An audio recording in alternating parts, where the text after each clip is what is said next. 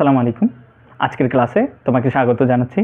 আজকে আমরা আলোচনা করব ইংরেজি গ্রামারের খুবই গুরুত্বপূর্ণ একটা টপিক, সেটা হচ্ছে এক্সক্লামেটরি থেকে অ্যাসার্টিভে রূপান্তর কিংবা ট্রান্সফরমেশন। আমরা জানি যে এক্সক্লামেটরি সেন্টেন্স হচ্ছে ওই সেন্টেন্সগুলো যেগুলোর শেষে বা মাঝখানে এক্সক্লামেশন মার্ক অর্থাৎ এই চিহ্নটা দেওয়া থাকে। আর অ্যাসার্টিভ বাক্যগুলো হচ্ছে যেই বাক্যের শুরুতে সাবজেক্ট বসে এবং এরপরে ভার্ব এবং সব শেষে একটা ফুল স্টপ থাকে। আপাতত এইটুকু জানলেই হবে। আমরা মূল আলোচনাটা শুরু করছি। প্রথমেই আমরা যেই বাক্যটা নিয়ে আলোচনা করব সেটা হচ্ছে এক্সক্লামেটরি সেন্টেন্সের শুরুতে যদি ওয়ার্ড যুক্ত থাকে তাহলে সেই বাক্যটা আমরা কীভাবে অ্যাসার্টিভে রূপান্তর করব। চলো আমরা নিয়মটা একটু বুঝে নিই, তারপরে আমরা প্র্যাকটিসে চলে যাব। আমাদের প্রথম বিষয় হচ্ছে ওয়ার্ডযুক্ত বাক্য, অর্থাৎ বাক্যের শুরুতে যদি ওয়ার্ড থাকে একটা এক্সক্লামেটরি সেন্টেন্সে তাহলে সেটা আমি কিভাবে অ্যাসার্টিভ করব। আমার প্রথম কাজ হচ্ছে প্রত্যেকটা এক্সক্লামেটরি ওয়ার্ডযুক্ত বাক্যে প্রত্যেকটা এক্সক্লামেটরি সেন্টেন্সেই আমার সাবজেক্ট এবং ভার্ব সবার শেষে থাকবে। কিন্তু আমরা জানি যে অ্যাসার্টিভ সেন্টেন্স শুরু হয় সাবজেক্ট দিয়ে, তারপরে ভার্ব বসে, তাই না? এই জন্য প্রথমেই আমার যে কাজটা করতে হয় সেটা হচ্ছে বাক্যে যে সাবজেক্ট এবং ভার্বটা দেওয়া সেটা সবার প্রথমে বাক্যের শুরুতে নিয়ে আসতে হয়, যেহেতু আমি অ্যাসার্টিভে রূপান্তর করছি। এই যে দেখো, প্রথমেই আমি লিখে নিয়েছি যে 1 নম্বর কাজ হচ্ছে আমার সাবজেক্ট প্লাস ভার্ব, অর্থাৎ বাক্যে আমার যেখানে সাবজেক্ট প্লাস ভার্ব আছে যেটা সাধারণত বাক্যের শেষে থাকে সেটা আমার বাক্যের শুরুতে আনতে হবে। দ্বিতীয় কাজ হচ্ছে আমার একটা আর্টিকেল দেওয়া থাকবে, ওয়ার্ডযুক্ত বাক্যে এক্সক্লামেটরি সেন্টেন্সে একটা আর্টিকেল দেওয়া থাকে, সেটাকে আমার লিখতে হবে। এবং তারপরের কাজ হচ্ছে ওয়ার্ডটাকে তুলে ফেলবো, তুলে আমরা ভেরি কিংবা গ্রেট লিখব। এখন কখন ভেরি লিখবো আর কখন গ্রেট লিখবো? যদি দেখি যে এই বাক্যে যেই প্রশ্নটা আমার দেওয়া, যেটা থেকে আমাকে অ্যাসার্টিভে রূপান্তর করতে বলছে, সেই বাক্যে যদি আমি কোনো অ্যাডজেক্টিভ পাই, অ্যাডজেক্টিভ হচ্ছে যেই শব্দ দ্বারা কোনো দোষ, গুণ, সংখ্যা, পরিমাপ ইত্যাদি এগুলো বোঝায়, সেগুলোকে অ্যাডজেক্টিভ বলে। আমি যদি বাক্যে কোনো অ্যাডজেক্টিভ পাই তাহলে ভেরি লিখবো, আর যদি বাক্যে অ্যাডজেক্টিভ না পাই তাহলে গ্রেট লিখবো। আসো আমরা একটা একটা করে দেখে নিই। প্রথম বাক্য, what a beautiful girl she is. এখানে আমরা দেখতে পাচ্ছি একটা এক্সক্লামেটরি বাক্য দাও, এবং এটা ধরো পরীক্ষায় আমাকে বললো অ্যাসার্টিভে রূপান্তর করতে। আমি যেটা করব সেটা হচ্ছে প্রথমেই অ্যাসার্টিভে যেহেতু আমার সাবজেক্ট এবং ভার্ব লিখতে হয়, এই বাক্য থেকে আমি সাবজেক্ট আর ভার্বকে আইডেন্টিফাই করব। আমরা জানি শি হচ্ছে সাবজেক্ট এবং ইজ হচ্ছে ভার্ব, তো এটাকে আমরা সবার শুরুতে প্রথমে বাক্যের শুরুতে নিয়ে যাব। আমার প্রথম কাজ সাবজেক্ট এবং ভার্বটাকে লিখে ফেলা, তাহলে আমি এটা লিখে ফেলছি, শি ইজ। তারপরে আমার 2 নম্বর কাজ হচ্ছে আমার এখান থেকে আর্টিকেল খুঁজে বের করা এবং সেটাকে লেখা। আমি দেখতে পাচ্ছি সাবজেক্ট এবং ভার্ব লেখার পরে আর্টিকেল হচ্ছে এটা, এই আর্টিকেলটা আমি এখানে লিখব।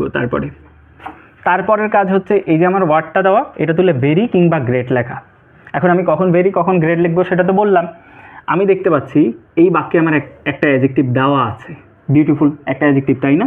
যদি অ্যাডজেক্টিভ দেওয়া থাকে তাহলে ওয়ার্ড তুলে আমার ভেরি লিখতে হবে।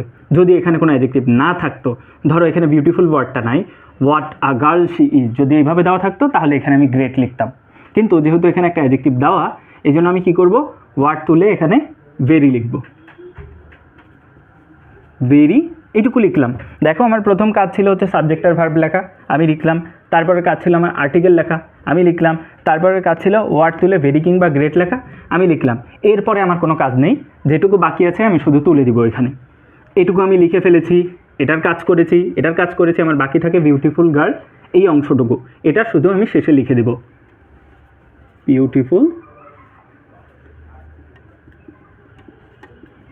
Beautiful girl. যেহেতু আমি অ্যাসার্টিভে রূপান্তর করছি, অ্যাসার্টিভের শেষে ফুল স্টপ বসে, এই জন্য এই এক্সক্লামেশন মার্কটা থাকবে না, এখানে আমার শেষে ফুল স্টপ হয়ে যাবে। আসলে আমরা আরও একটা উদাহরণ দেখে নিই। What a clever boy he is. যথারীতি আমরা দেখতে পাচ্ছি বাক্যের শেষে সাবজেক্ট এবং ভার্ব দেওয়া আছে, এটাকে আমার প্রথম কাজ হচ্ছে সাবজেক্ট এবং ভার্বকে বাক্যের শুরুতে নিয়ে আসা। সুতরাং আমি হি ইজ এটাকে বাক্যের শুরুতে লিখে ফেললাম। দ্বিতীয় কাজ হচ্ছে আমার আর্টিকেলটা লেখা, এখানে আমি আর্টিকেল দেখতে পাচ্ছি, এটাকে আমি এখানে লিখে দিলাম। তারপরে 3 নাম্বার অর্থাৎ সর্বশেষ কাজ হচ্ছে ওয়ার্ড তুলে ভেরি কিংবা গ্রেট লেখা। আমি দেখতে পাচ্ছি এখানে একটা অ্যাডজেক্টিভ দেওয়া আছে, ক্লেভার, একটা গুণ বোঝাচ্ছে। তাহলে এটা কি হবে, যদি অ্যাডজেক্টিভ থাকে তাহলে আমি ভেরি লিখব, এই জন্য আমি এখানে ভেরি লিখলাম। এখন আমার 3টা কাজ শেষ, আর কোনো কাজ বাকি নেই। সুতরাং আমার যেইটুকু লেখা বাকি, আমি সাবজেক্ট ভার্ব লিখে ফেলেছি, আমি আর্টিকেল লিখেছি, আমি ওয়ার্ডের কাজ করেছি, আমার বাকি থাকে ক্লেভার থেকে বয় পর্যন্ত, এটুকু আমি সব শেষে তুলে দিব।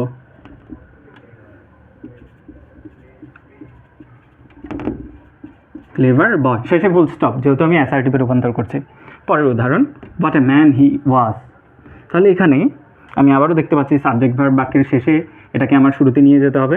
আমি লিখলাম সাবজেক্ট, তারপরে লিখলাম ভার্ব, তারপরের কাজ হলো আমার আর্টিকেলটা লিখে ফেলা। আমি আর্টিকেলটা লিখলাম, এরপরে আমি ওয়ার্ড তুলে এখানে ভেরি কিংবা গ্রেট লিখবো। দেখো তো এখানে আর্টিকেলের পর আমার কি কোনো অ্যাডজেক্টিভ আছে? ম্যান কি কোনো অ্যাডজেক্টিভ? এটা একটা নাউন, যেটা দ্বারা কোনো কিছুর নাম বোঝায় সেটাকে নাউন বলে। যেহেতু আর্টিকেলের পরে কোনো অ্যাডজেক্টিভ নেই, এই জন্য আমি এখানে ভেরি লিখতে পারবো না, আমার গ্রেট লিখতে হবে। এখানে আমি লিখে দিয়েছি আর্টিকেলের পর যদি অ্যাডজেক্টিভ বসে তাহলে ভেরি, আর যদি আর্টিকেলের পর অ্যাডজেক্টিভ না থাকে তাহলে আমার গ্রেট লিখতে হবে। এখানে যেহেতু আর্টিকেলের পর কোনো অ্যাডজেক্টিভ নেই, এই জন্য এখানে আমি গ্রেট লিখব, গ্রেট। তারপরে আমার বাকি আছে কি? শুধু এই ম্যান, এই অংশটুকু। দেখো হি ওয়াজ, এটা আমি লিখে ফেলেছি, আর্টিকেল লিখেছি, এটা তুলে আমি গ্রেড দিয়েছি, বাকি থাকে শুধু ম্যান, এই অংশটা আমি লিখে দিব। আচ্ছা, তারপরে যদি তুমি না বুঝতে পারো যে আসলে কোনটা নাউন কোনটা অ্যাডজেক্টিভ, তাহলে আমি একটা শর্টকাট বুদ্ধি বলে দিচ্ছি। তুমি শুধু দেখবে যে সাবজেক্ট আর ভার্ব এটা তুলে ফেলার পর, অর্থাৎ এখানে নিয়ে নেওয়ার পরে এটা ঢেকে দিবে। ধরো আমি এটা এখানে লিখে ফেলছি, তার মানে এটা এখানে নাই। আমি দেখব আর্টিকেলের পরে কয়টা শব্দ আছে। যদি আর্টিকেলের পরে একটা শব্দ থাকে তাহলে আমি বুঝে নিব যে ওই বাক্যে গ্রেড বসবে।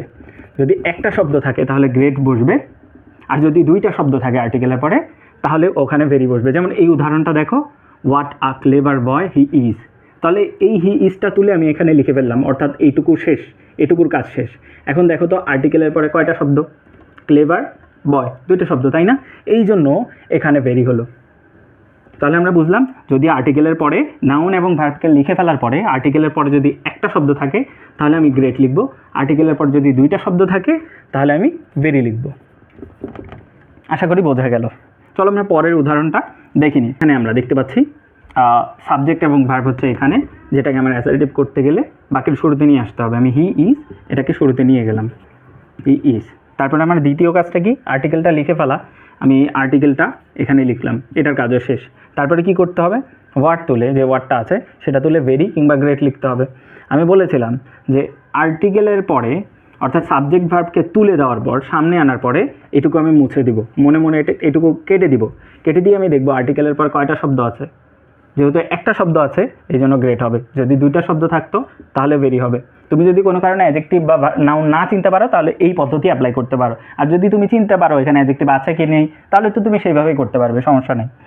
তো এখানে যেহেতু আর্টিকেলের পরে একটা শব্দ, এই জন্য আমি এখানে গ্রেট বসাবো। তারপরে বাকি আছে কি? শুধু ফুল, এই অংশটা। সুতরাং আমি এটা লিখে ফেললাম। আশা করি বুঝতে পেরেছ। চলো এবার এক্সক্লামেটরি থেকে অ্যাসার্টিভের দ্বিতীয় নিয়মটা দেখে নিই। যদি আমি দেখি যে আমার বাক্যের শুরুতে হোয়াটের পরিবর্তে এবার হাউ আছে, আমি যদি দেখি যে বাক্যের শুরুতে হাউ আছে, তাহলে সেটা আমি কিভাবে অ্যাসার্টিভে রূপান্তর করব। কিছুটা এটা ওয়ার্ডযুক্ত বাক্যের মতোই, খুব একটা পার্থক্য নেই। শুধু আগেরটার তুলনায় এটা আরেকটু বেশি সহজ, কাজ একই, আগের তুলনায় একটু কম আর কি, এই আর কি। তো আমার প্রথম যে কাজ সেটা হচ্ছে অ্যাসার্টিভে করতে হলে আমি জানি যে সাবজেক্ট আর ভার্বকে সবার শুরুতে আনতে হয়। তাহলে এখানে দেখতে পাচ্ছি আমার প্রথম কাজ হচ্ছে সাবজেক্ট ভার্বকে শুরুতে আনা। আমি নিয়ে আসলাম, এখানে শি ইজ হচ্ছে সাবজেক্ট এবং ভার্ব, শি ইজ। এবং এখানে আমার দ্বিতীয় কাজ হচ্ছে এই যে হাউটা দেওয়া থাকবে, হাউ তুলে ভেরি লিখতে হবে। এখানে গ্রেটের কোনো কাজ নেই, অর্থাৎ সবসময় হাউ উঠে ভেরি বসবে। তাহলে আমি এখানে এই যে হাউ তুলে ভেরি লিখে দিচ্ছি। এখন আমার বাকি থাকে কি? আমি শি ইজ লিখে ফেললাম, হাউয়ের কাজ করে ফেললাম, হাউ তুলে ভেরি লিখলাম, বাকি থাকে শুধু এই ওয়ার্ডটা বিউটিফুল, সেটাকে আমি লিখে ফেলবো, বিউটিফুল। এবং যথারীতি আমার শেষে ফুল স্টপ হবে। এটা মনে রাখা লাগবে যে আমি অ্যাসার্টিভ বাক্যে রূপান্তর করছি, সুতরাং আমার শেষে ফুল স্টপ লাগবে।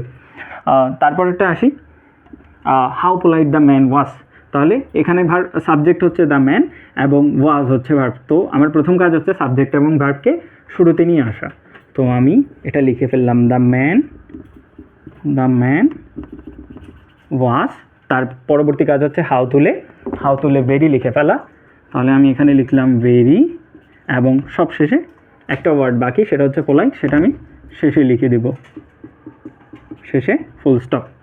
তারপরের উদাহরণ, how talkative the lady is. তাহলে দ্য লেডি ইজ এইটুকু হচ্ছে সাবজেক্ট আর ভার্ব, এটা আমি শুরুতে নিয়ে আসলাম, দ্য লেডি ইজ। তারপরে আমার কাজ হচ্ছে হাউ তুলে ভেরি লিখে ফেলা। তাহলে এখানে আমি লিখলাম ভেরি, বাকি যে অংশটা থাকে সেটা আমি শেষে লিখে দেব, টকেটিভ।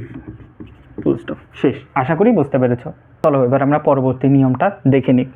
যদি আমার এক্সক্লামেটরি সেন্টেন্সে, যেটা আমাকে অ্যাসার্টিভ করতে বলবে, সেই বাক্যে যদি হুররা অথবা ব্রাভো এই এক্সপ্রেশনগুলো থাকে এবং এগুলোর পরে অবশ্যই এক্সক্লামেশন মার্কটা থাকবে, এগুলো যদি থাকে তাহলে হুররা কিংবা ব্রাভো যেটাই থাকুক সেটা তুলে আমরা লিখে দিব it is a matter of joy that. যেমন এখানে আমি একটা উদাহরণ দিয়ে রেখেছি, hurrah we have won the game. তাহলে আমি কী হবে, পুরো বাক্যটা যেমন আছে তেমনই থাকবে, শুধু এইটুকু অংশ হুররা এরপর থেকে এক্সক্লামেশন মার্ক পর্যন্ত এইটুকু তুলে আমরা লিখব it is a matter of joy that. বাকি অংশ যা আছে তাই থাকবে। আমি এটা লিখে ফেলছি, it is a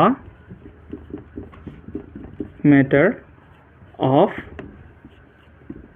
Joy that. তারপরে বাকি বাক্যটা আমি লিখে ফেলবো, we have won the game. তাহলে যদি বাক্যের শুরুতে এলাস থাকে তাহলে আমি কি করব, লিখব it is a matter of sorrow that. আগের মতোই, আগের জায়গায় ছিল জয়, এখানে হচ্ছে সরো, আর বাকিটা সেম থাকবে। যেমন এখানে একটা উদাহরণ দেওয়া আছে, alas my friend is no more. তাহলে কি লিখবো, অ্যালাস এইটুকু উঠিয়ে আমি লিখবো it is a matter of sorrow that. It is a matter of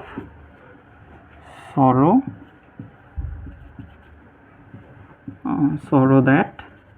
তারপর বাকি অংশটা লিখে দিব, অর্থাৎ my friend is no more, my friend is no more. আশা করি বুঝতে পেরেছ।